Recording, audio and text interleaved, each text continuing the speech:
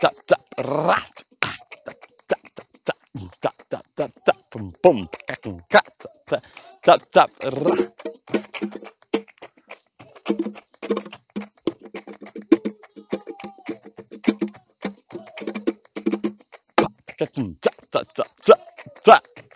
Allez, bienvenue, merci à toi, merci de me rejoindre sur ce canal. On m'appelle Sylvain. Donc aujourd'hui, j'ai envie de parler d'une invocation. Une invocation pour nous reconnecter au divin en nous. Rien que ça.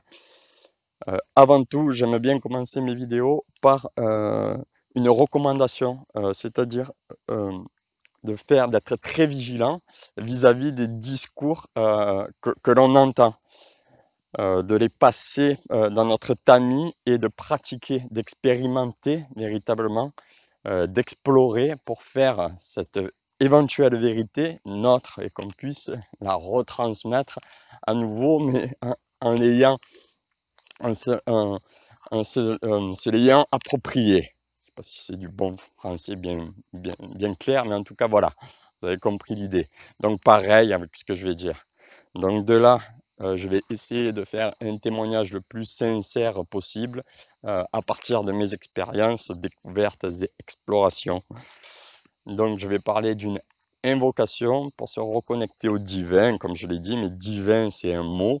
Donc, on peut mettre le mot qui nous convient. Ça peut être conscience, ça peut être amour, ça peut être notre soi, la source, l'univers. Enfin, véritablement, se reconnecter à quelque chose de plus grand que nous. Voilà.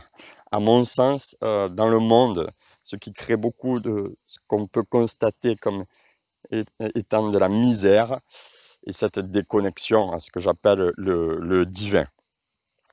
Souvent, quand on est seul, on peut ressentir une sorte de tristesse, en fin de compte, l'envie d'avoir une relation avec un autre être humain qui est dû à cette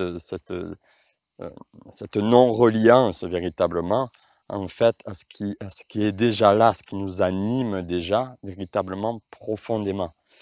Et quand on est en relation, on peut trouver une différenciation qu'on nous a inculquée depuis notre plus tendre enfance, pendant notre scolarité, la comparaison, la compétition avec l'autre, celui qui a des pas très bonnes notes et celui qui a des bonnes notes, le cancre est le plus fort. Donc ça va créer cette différenciation égotique qui va créer des complications dans cette relation. Alors qu'en fin de compte, l'énergie est une, et mon frère ou ma soeur qui est en face de moi est mon semblable. Le suspense ne va pas durer plus longtemps, on la connaît tous, ce mantra. C'est pas une prière à un Dieu hypothétique qui viendrait, si on a été gentil, nous distribuer des petits cadeaux plus tard, mais c'est bien un mantra, donc une parole de puissance qui va venir agir directement dans nos cellules quand on va la prononcer. Donc, on la connaît tous, on l'utilise peut-être déjà, et je le souhaite, et sinon, je souhaite qu'on s'y mette, parce que c'est vraiment très important. Et sinon, je sais même qu'on l'utilise, peut-être pas trop consciemment, mais on utilise ces sons dans nos vies. Donc, le suspense ne durera pas plus longtemps, c'est la Aum. Le Aum, c'est une parole ancestrale, en fin de compte, qui associe donc 3 sonorités, le A, le OU et le M. L'intention est donc de prononcer ces 3 sons en faisant vibrer les 3 centres que je viens de montrer. Donc le A va vibrer dans le bas-ventre, à 2-3 cm en dessous de notre nombril, le OU dans le cœur, et le M va faire vibrer la partie haute de notre squelette, du sternum de la gorge jusqu'au haut de notre crâne. Donc ce Aum, c'est véritablement le son de base de la création. À partir de ces 3 sons, tout le langage de l'être humain s'est développé. ce sont 3 sons qui n'utilisent pas la langue. On peut les faire en déposant la langue véritablement en bas entre nos dents et faire ce son. À partir de là, en utilisant la langue, on a pu développer tout le langage dont je me sers pour communiquer cette expérience, cette pratique. Et tous les autres êtres humains, depuis la nuit des temps, utilisent ce Aum et à partir de là, ont développé un langage plus évolué. Partout dans le monde, on peut trouver ces sonorités. On a le Amen en Occident, des chrétiens. On a le Amin des musulmans. On a le Om des Indiens, mais qui véritablement c'est un Aum. Et on a le Om de l'OM à Marseille. C'est un clin d'œil pour les Marseillais, droit au but. Et on a l'âme, on a l'amour, on a l'ami. En français, on a beaucoup de sonorités qui utilisent ces sons en fin de compte. Même le son de maman, le ma, le début, c'est le premier mantra auquel on est initié dans notre plus tendre enfance. Le mommy, la madre, on a ces sons déjà qui sont là. Ma, ma. Voilà. Donc, ce qu'il faut bien comprendre aussi, c'est que tous les objets qui nous entourent dans cet univers vibrent à une certaine fréquence. La terre sur laquelle on est posé vibre à une certaine fréquence. Cet arbre, le bois de cette guitare, tout ce qui est du domaine de la matière dense vibre à une fréquence relativement basse. Et tout ce qui est du domaine de l'invisible, on va dire, vibre comme le son qui vient de se projeter de cette corde ou ma voix, vibre à des fréquences beaucoup plus hautes. Tesla qui a dit, si on veut s'intéresser véritablement à la connaissance de l'univers, il faut s'intéresser véritablement à l'énergie, à la vibration, quoi, en fin de compte. Donc, en pratiquant ce Raom, on va venir remettre de la vibration, en fin de compte, dans ce corps. On va venir faire vibrer nos cellules véritablement en profondeur, nos molécules même, et les réancrer et les réaligner.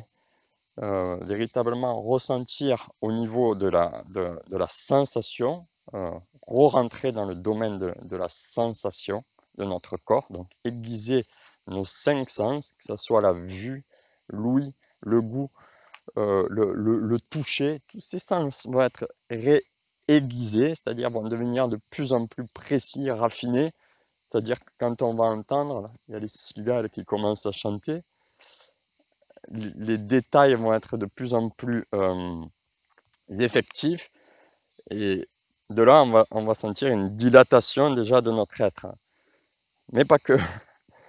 Ce qu'on peut appeler notre 6e sens en vérité, il va y avoir une vibration interne qui va se mettre dans ce corps qui va faire qu'on va pouvoir se connecter énergétiquement avec des êtres qui vibrent déjà très haut et avoir une meilleure compréhension de ce qu'ils ont à transmettre en fin de compte. Et évidemment, ce dont je parle depuis le début de cette vidéo, se reconnecter à cette compréhension, à cette connaissance que le divin habite en chacun de nous, qu'on est une âme dans ce corps qui est reliée véritablement au grand tout, au cosmos tout entier. On est le microcosme du macrocosme tout entier. Donc la pratique de ce son va réharmoniser tout ça, il va remettre une compréhension véritablement corporelle dans l'instant de la pratique, dans ce corps. Donc pour en revenir au divin, le Aum est associé en Inde à la Trinité, à 3 dieux véritablement honorés là-bas. Donc il y a le A qui correspond à Vishnu, c'est celui qui tient. Le U qui correspond à Brahman, c'est le créateur. Et le M, qui va vibrer donc dans la partie haute de notre corps, correspond à Shiva, qui a le rôle du destructeur. Une fois qu'on aura fait ce Aum, il y aura un petit moment de néant, de silence derrière, qu'on va devoir goûter, et à partir de là, on va pouvoir recommencer un cycle de Aum. Donc on est vraiment dans un cercle vertueux, où il va y avoir la création, le maintien et la destruction de tout projet, de tout ce qu'on a envie de faire aboutir dans nos vies va être là. Et on repasse par le néant et on repart sur une nouvelle vibration. Donc en faisant vibrer notre corps grâce à ces sonorités, on va incarner toutes ces qualités divines que je viens de noter. Et elles vont nous servir véritablement à nous ancrer, à nous reconnecter à notre soi, et on va pouvoir les partager plus facilement avec le monde qui nous entoure. Donc venons-en à la pratique, le cœur de la vidéo. On va s'asseoir quelque part, soit par terre, soit sur une chaise, là où c'est confortable pour nous. L'intention est de bien sentir le bassin en contact avec notre support. La colonne va s'élever gentiment. Les épaules vont se décoller des oreilles, on lâche les épaules. Les mains vont se déposer sur nos cuisses. On va pas parler de mudra ici. Et la tête comme étirée par un fil doré vers l'infinité du ciel. On a là une position de base méditative où on peut faire circuler l'énergie entre la terre et le ciel, et à travers notre corps. Ça va créer une ouverture, évidemment, vis-à-vis dans notre horizontalité, et évidemment derrière, n'oublie pas derrière, mais une connexion au ciel, à l'essentiel, et à ce qui nous porte, à l'important. Et de là, l'énergie va pouvoir circuler beaucoup plus fluidement. Donc je vais le faire une fois, et après, on va peut-être voir quelques petits détails. On peut le faire ensemble même. Donc on se pose, on inspire.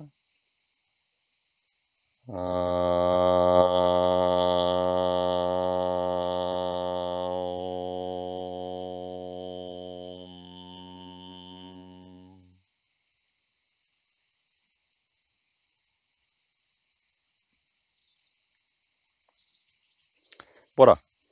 L'intention est donc, comme je le disais, de bien rester dans la vibration interne, à l'intérieur de notre corps. C'est de là que véritablement vont fleurir toutes les fleurs qui sont là pour fleurir. Donc si on a du mal au début à sentir la sensation dans le bas-ventre, on l'imagine, on se sert de cette imagination créative. Et petit à petit, on va le sentir dans la sensation. Là, moi, quand je viens de faire le corps entier s'est mis à vibrer véritablement du fondement jusqu'en haut, au fin fond du ciel, on va dire. Donc j'encourage véritablement la pratique. Pratiquer ce Aum au moins 7 fois pendant 3 jours. Peut-être 7 cycles pendant 3 jours. Des Aum comme ça, voire même plus courts. Je parle pour ceux qui débutent la méditation. Ceux qui pratiquent déjà, soit peuvent l'ajouter à leur pratique méditative. Il n'y a rien de nouveau ici. Mais pour ceux qui débutent, au moins 3 jours et 7 fois. Ça va durer 2-3 minutes. On peut rester à peu près 30 secondes, 1 minute après pour écouter véritablement le son, le silence, cette nouvelle perception qui va être là. Et on passe à autre chose. Ça suffit. Au bout de 3 jours, après, on peut regarder les effets. Et les effets seront, à mon sens, transformateurs. Et on peut pousser là à 7 jours, 10 jours, 10 jours. On peut faire une pause. 10 jours, c'est un cycle méditatif où on peut se permettre de faire une pause de quelques jours pour reprendre après. Si on arrive à tenir jusqu'à 21 jours, la pratique ne demandera plus d'effort. On rentrera dedans comme dans une routine, comme quand on se brosse les dents. Voilà, j'arrive à la fin de mon partage. Ah oui, je voulais dire aussi qu'on utilise ces sons, une petite anecdote que j'aime bien rajouter. Quand on est en relation avec quelqu'un, qu'on nous pose une question, souvent on est là. C'est-à-dire qu'on cherche véritablement, là c'est le centre des émotions, l'émotion juste pour répondre à cette question.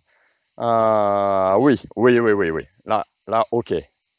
Ou alors, pareil, quand il y a une demande, hmm, on met en vibration tout notre espace mental, tout notre troisième œil, nos chakras élevés pour trouver une réponse qui nous est juste. Oui, là, je suis entièrement d'accord avec ce qu'il dit.